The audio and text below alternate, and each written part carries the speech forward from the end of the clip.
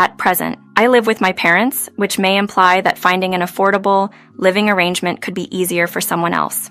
This thought comes to light, especially after realizing that my husband, whom I had once believed would be my source of happiness, was exploiting me.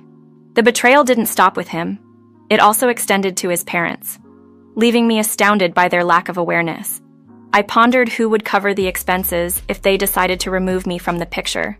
This led me to conclude that maintaining familial ties with them was futile. Prompted by this realization, I took immediate action, contacting the necessary parties to start making arrangements.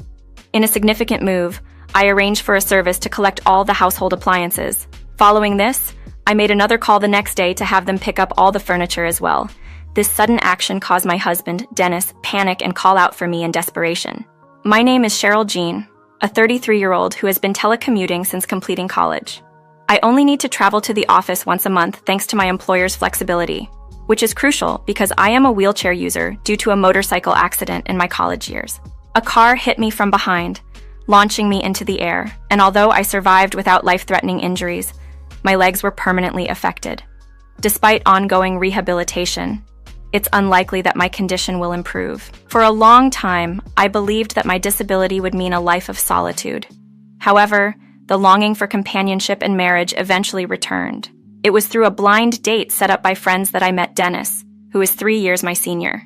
His youthful appearance belied his age, but it was his candidness and curiosity about my condition that caught me off guard. Unlike others, he wasn't hesitant to ask direct questions about how I manage daily tasks, which I found refreshing. His genuine interest led us to date and eventually become a couple, and his proposal after 8 months filled me with joy. However, the dynamics shifted dramatically after our marriage. We moved into a rental house I had been living in, chosen for its accessibility features. Despite its higher rent, its adaptability for wheelchair users and space use layout were perfect for my needs. Dennis seemed to appreciate these aspects, yet when it came to household responsibilities, his support was lacking. Even simple requests for assistance were met with excuses, highlighting a growing disparity in our partnership. This narrative captures the journey of overcoming personal and relational challenges, highlighted by moments of realization and decisive action in the face of adversity and betrayal. Navigating life with my disability, I've developed a system that allows me a measure of independence, though tasks invariably require more time. While living by myself, a caregiver's assistance was necessary twice a week, mainly for bathing, leaving me to manage on my own the remainder of the time. I often wished Dennis, my husband, would offer his help to make the process quicker.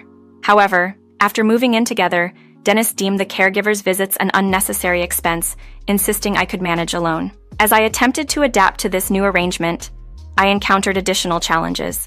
The bathroom, designed with accessibility in mind, became an obstacle course after Dennis used it. He'd leave the bath bucket out and shampoo bottles scattered on the floor, making my already difficult task even more time-consuming.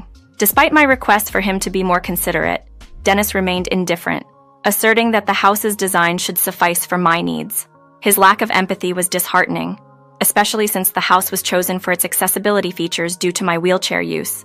Dennis's initial enthusiasm for the house and its amenities, including the electronics and furniture I had invested in, hinted at his underlying motives. His complaints about the handrails and modifications made for accessibility revealed his true feelings. It became clear that Dennis's decision to marry me was influenced more by the benefits of my home and my ability to manage household chores, despite my disability, rather than genuine affection. This realization was compounded by the recognition of Dennis's behavior since we began dating. He was jobless, frequently out partying, and increasingly reliant on me financially. When I sought advice from Dennis's mother, hoping for some support, she invariably sided with her son, attributing his actions to needing a break and the indulgence of being an only child. This left me feeling isolated, with nowhere to turn, as my parents were no longer alive. Confiding in friends about my situation didn't offer solace either. Their responses often minimized my struggles, suggesting they envied my problems without understanding their depth. Dennis's reaction to my seeking advice from his mother only further demonstrated his irresponsibility and unwillingness to address our issues, leaving our relationship in a state of tension and me questioning the foundation upon which our marriage was built. Despite the love that must have existed at some point for us to have married, the realization of being exploited and neglected was a painful truth to confront. Whenever Dennis faced disappointment, he would vanish, only to return in the early hours, intoxicated and louder than the dawn. "I'm home, love," he'd announce, heedless of the quiet around us. "Quiet down, Dennis. You'll wake the neighbors," I'd whisper, only to be met with a slurred rebuke. "Don't tell me what to do." In his drunken state, Dennis was beyond reason, leaving me no choice but to endure his outbursts in silence. I could feel my patience wearing thin, yet the fear of solitude gnawed at me, making the idea of leaving seem just as unbearable as staying. The situation took a sharp turn when Dennis, quite unexpectedly, proposed that his parents should move in with us. "They're coming to live here," he stated as if the decision was already made, leaving me astounded. While I understood the desire to be close to one's parents as they age, his were perfectly healthy and had their own home. Why uproot them to our already full space? But Dennis dismissed my concerns, accusing me of selfishness. Unable to see the impracticality of 4 adults sharing a space designed for less, especially with my need for a quiet work environment and the additional time I require for daily tasks due to my disability. Despite my hesitation, Dennis wasted no time. By the weekend, his parents were visiting, with discussions of the move seemingly well underway without my input. Then, Dennis dropped a bombshell, suggesting I move into a care facility to make room for them. "It's for the best," he claimed. "They'll take care of everything there." It was a wake-up call. Not only did he want his parents to move in, but he was also ready to send me away, visiting from time to time. This proposal shook me to my core. Am I nothing more than someone to be discarded? I questioned, the absurdity of the situation becoming painfully clear. Dennis's response was even more shocking, devoid of any pretense of affection. "When did I say I loved you, Cheryl?" His words, cold and blunt, revealed the extent of his manipulation and lack of genuine affection for me. It was a realization that hit hard, forcing me to acknowledge that I had allowed things to reach this point. But it was what Dennis said next that was truly unfathomable. He declared that he intended to live in the house with his parents, relegating me, his wife, to the status of an outsider, suggesting I reside in a cheap facility. His parents, far from offering any support, seemed amused by the situation, their reactions adding insult to injury. It dawned on me that perhaps they had all viewed my home as a target long before Dennis and I exchanged vows. The rapid escalation of these events was alarming. I knew I had to take action. "Please leave," I found myself saying, a plea for them to exit my life as much as my home. Dennis's indignant response, defending his parents over our marital bond, solidified my resolve. It was clear that the time had come for me to reclaim my space and my dignity, regardless of the daunting prospect of starting anew. Seeing Dennis's true nature unveiled in his outburst of anger left me reeling. His fervor in demanding his parents move in made me question his priorities. Why couldn't he take the initiative to support them financially or provide them with a home of their own? Instead, he seemed intent on claiming mine. My frustration boiled over, feeling as if my mind was engulfed in flames. His mother attempted to diffuse the tension, suggesting their visit was merely to inspect the house, as if their decision to move in was already final. Their casual remarks about the house's amenities and their blatant entitlement to my space were infuriating. Amidst my attempts to stay calm, a troubling thought crossed my mind. How did they plan to manage financially without me? With Dennis only working part-time and his parents on a pension, I was the one shouldering the heavy financial responsibilities, including the hefty monthly rent of $3,500. Were they under the illusion that Dennis was the provider? Left alone after they departed, Dennis's parting words, asserting his unilateral decision as the man of the house, left me in shock. However, I quickly shifted into action mode, contacting a real estate agent to begin the process of extricating myself from this untenable situation.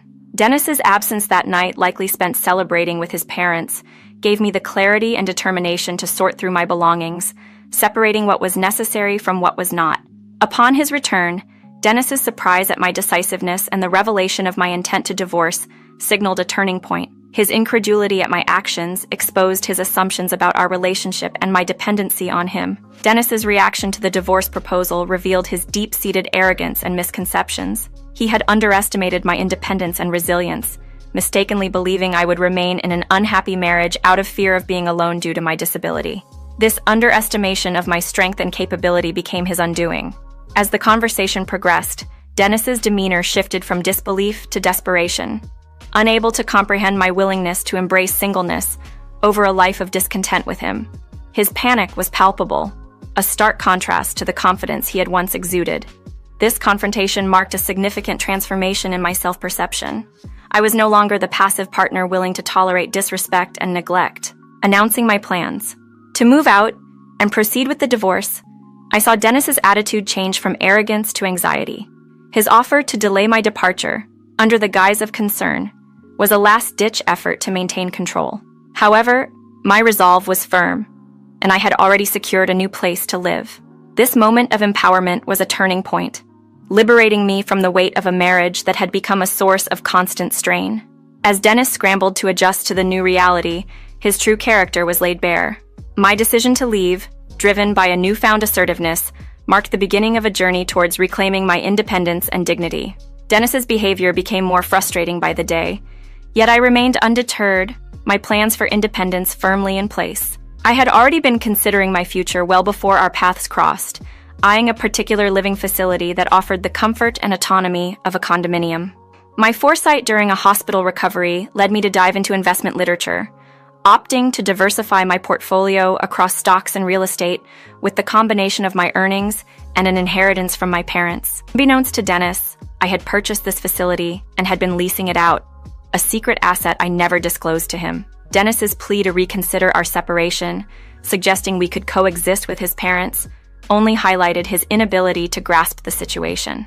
Despite his insistence, the thought of remaining in such a stifling arrangement was unthinkable to me. His accusations of selfishness when faced with my resolve to leave were ironic, given his self-centeredness. His silence following my refusal revealed his contemplation, though it was clear he struggled to accept the inevitable. When Dennis finally acquiesced to a divorce, it seemed motivated more by resignation than understanding, perhaps under the illusion that life with his parents would alleviate him from domestic duties. His return to his parents to plan his next steps, urging me to expedite my departure, only confirmed his detachment from the reality of our crumbling marriage. My move was swift, finalizing within a week, during which Dennis was conspicuously absent. Our next encounter came as I was settling into my new residence. Dennis's confusion at the near-empty state of our former home was palpable, his agitation growing upon learning that I had arranged for the removal of the furniture and appliances, all of which were mine before our marriage. The only belongings I left behind were contained in 3 cardboard boxes, including a clothing container we purchased together. Dennis's protest, echoed by his parents about the necessity of dividing assets, was met with the stark reality of the home's rental status and its cost, a detail I had shared with Dennis at the outset of our marriage. The revelation that the rent was $3,000, coupled with the possibility of an increase due to its specialized accessibility features, left them stunned. This misunderstanding about the nature of the property we lived in underscored the broader miscommunications and miscalculations that had characterized our relationship, bringing to light the financial and emotional disconnect that had grown between us. After our separation, I swiftly received interest from individuals seeking a home that accommodated their specific needs, prompting me to advise Dennis and his parents to find a new place to live. Their surprise and dismay at being informed so late only highlighted their lack of preparation for the consequences of our split. Despite Dennis's threat of legal action, his financial situation made such a move implausible. When confronted with evidence of Dennis's reckless behavior, captured in photos I had discreetly taken, the reality of their precarious position became undeniable. His parents' shock at these revelations, coupled with Dennis's plea for reconciliation, underscored the desperation of their circumstances. The situation took a dramatic turn when Dennis revealed his family's impending homelessness due to the foreclosure of their property, a result of his father's accumulating debts. This revelation shed light on Dennis's earlier motivations for marriage, seeking financial stability rather than a partnership based on mutual respect and love. Despite their appeals, my decision was firm. The divorce had severed any obligation or desire to assist them further. Dennis's attempts to reclaim the furniture and electronics, under the guise of necessity, were transparent and futile. My refusal to acquiesce to his demands was final, emphasizing the importance of independence and self-reliance. The process of evicting them from the property, facilitated by the lease being in my name, was straightforward, marking a decisive end to our entanglement. As they faced the reality of finding new accommodation, Dennis's parting remarks reflected his bitterness and resentment. The freedom and dignity of living on one's terms, away from the constraints and conflicts of our failed marriage, were invaluable to me. The closure of this chapter allowed me to move forward, liberated from the burden of their dependency and deceit. After parting ways with Dennis and his parents, I moved on to a new chapter in my life at a luxury assisted living facility that I had purchased with my savings and investment earnings. This place, contrary to Dennis's derogatory assumptions, was a haven of luxury and convenience, valued at $3 million. It offered a perfect blend of independence and support, with doctors and assistants readily available and a living space that boasted privacy and comfort, akin to an apartment, complete with 3 bedrooms to accommodate families or couples. When Dennis unexpectedly appeared at the facility, his astonishment was evident. He couldn't believe the quality of life I had secured for myself, far from the crappy environment he had mocked. Despite our divorce and his evident desperation, now living in a motel and struggling for a job due to the lack of a stable address, his plea for reconciliation and to share in my newfound life was both audacious and transparent. His self-centeredness was unchanged, having seemingly forsaken his parents in his quest for personal comfort. In anticipation of Dennis's potential visit, whether to revel in what he assumed would be my misfortune or to seek assistance, I had the support of the facility's residents. They played a crucial role in showing Dennis the reality of his situation, observing our interaction with a mixture of curiosity and pity, further highlighting the absurdity of his actions. Dennis's embarrassment, under the watchful eyes of the community, led him to retreat, likely for good. This encounter reaffirmed my decision to sever ties and embrace the new life I had built. Meanwhile, running into Dennis's parents working in modest jobs only underscored the stark contrast between our paths since the divorce. Despite their circumstances, I chose to focus on the vibrant community I had become a part of, hosting gatherings and building friendships, especially with others who shared similar mobility challenges. This environment not only provided a supportive community, but also encouraged my personal growth, including attending physical therapy sessions to improve my mobility. My life is now a testament to independence, resilience, and the pursuit of happiness, far removed from the turmoil and dependency of my past with Dennis.